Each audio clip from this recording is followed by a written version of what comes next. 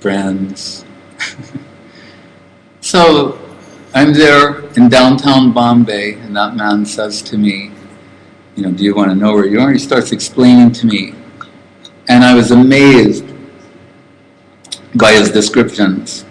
And then I could understand, he's really seeing, this will be interesting. And I said, yeah, I will go on your tour. It's like a personal tour. Started showing me all these things, since before Indian independence, whatever. So I could understand. By now that I was hooked up with him, my depth of field, of seeing, of reading the environment had increased exponentially. Right? Beginning with where I was positioned. I didn't even know where I was. So it's very similar to that. That's what we mean about coming in connection with an agent of reality, revealed truth, whatever you want to say, whatever you're comfortable with. It's a new way of seeing. Like there's one expression used in Sanskrit, upanayan, means, it's interesting what it means. One meaning is new eyes. And they use this to say, when someone comes in connection with Guru, what do you get? Like there was one devotee at the Mott many years ago, he's blind, famous singer and mridanga player, and he heard you could get anything from America. People who live in India, a lot, expatriates who live in India, they're always asking for things, and people would bring these things here, and the local people go like, wow, I didn't know you could get stuff like that. So they asked this one devotee, they go, if he wanted anything. Remember, he's blind, and he said, if you could bring a pair of eyes. Because he thought, you can get anything in the West. But anyway, that's what it is. It's like being blind and getting a pair of eyes in terms of intensity or meaning. So the most primal guru mantra, Om Ajnana Timirandasya Jnananjana Salakaya Chaksur Unmilitam Jaina Tasmai Sri Gurave Namaha.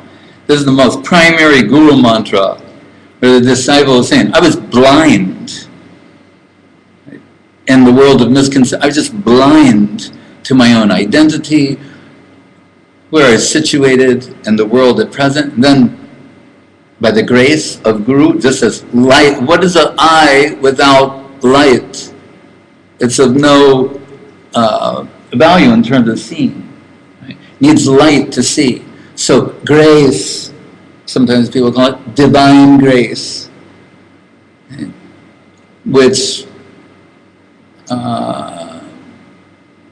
can be equated with mercy as well. Mercy, grace, light. Dhamna svena sadan rastukuakam.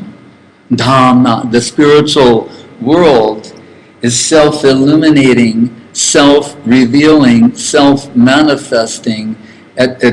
By implication means it's known through grace. So the disciple saying, I was blinded by my own ignorance, and when I connected with Guru, I got new eyes, a new way of seeing. And it's interesting there. And what is Guru's position? Saraswati Thakur once said, like when there's a cataract in the eye, the cataract prevents normal seeing. But he says, the Guru surgically, like with lasers, and which is an even better example because lasers have to deal with light. So by a particular type of light transfer or illuminating extension, is removing the cataractus eye of ignorance from the disciple, and they're getting upanayan, a new set of eyes to see things. It's there in so many things. If that man on the street showed me a new way of seeing for my camera or whatever, as an art teacher teaches a student a new way of seeing, they're seeing something that's flat, a canvas that's flat, and they're coming to the guidance of a teacher and they're starting to see depth the use of color. They're starting to see something extraordinary going on there, which they could not appreciate previously.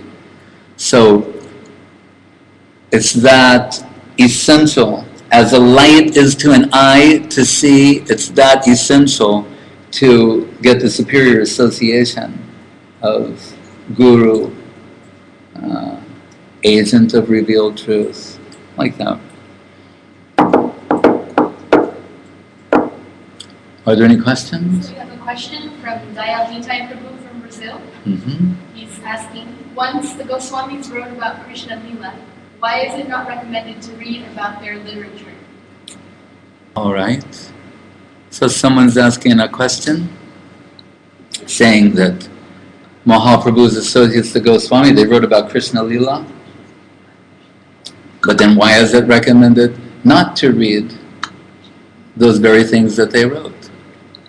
Well, we'll follow with our example again. When you have a teacher and a student, right?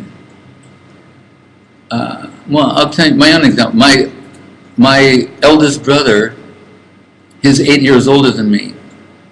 So when he was 18, he went to college, the University of Notre Dame. And I was 10. But I thought, like, once he goes there, he'll know everything, or most everything. Each year, it'll be that closer to knowing everything. So when he came back after his first year, I wanted to see what are those books in college. And there was one, I remember, philosophy. That one I was interested in. I said, what do they teach there? And he said something. My brother's not a philosopher. He is a doctor, he's a urologist, but he's not a philosopher. And he was trying to, I said, I really want to know this one. And he said, well, they say things like, being is. This was his idea, after a freshman course in this, right? Or anyway, it got into other things. But then I could see, I was on the stack of books that he had there that were being given to him. I couldn't penetrate them in terms of my understanding. I really wanted to, but it just wasn't possible for me at my stage of development to appreciate those things. And I would see later in school that, and when I'd ask him, how come we can't have philosophy now? Oh, they'll be teaching that later. You'll be allowed to take that course later. Sometimes you look in the course catalog and it's saying, if you want to study this subject, here are the prerequisites, right? The pre-requirements. You must have studied this, and that, and passed those classes, and then you can enter into this subject matter. So, those books are there for those who are qualified to read them. That someone who's a neophyte in all senses of the word will want to study the postdoctorate literature of the Goswamis about Radha and Krishna Lila. I think it's obvious that it's inappropriate to their stage of development. There is a time when it's given, but what is that stage? So we always look to Rupa Goswami. One of the books he wrote, Bhakti Rasamrita Sindhu, we can call the book on devotion, right? And we notice in that book, which is the book on devotion and how to approach the later literature, he's not describing these things there that come in those other subject matters because it's not appropriate for the adhikar or the capacity or the eligibility of the aspiring servitor, student, what have you. So it's a question of eligibility, quality, qualification, capacity. So Bhaktivinoda Thakur, and to be a little more specific, because those who are not liberated, or who are still under the influence of the mundane, what to speak of, riveted to the mundane,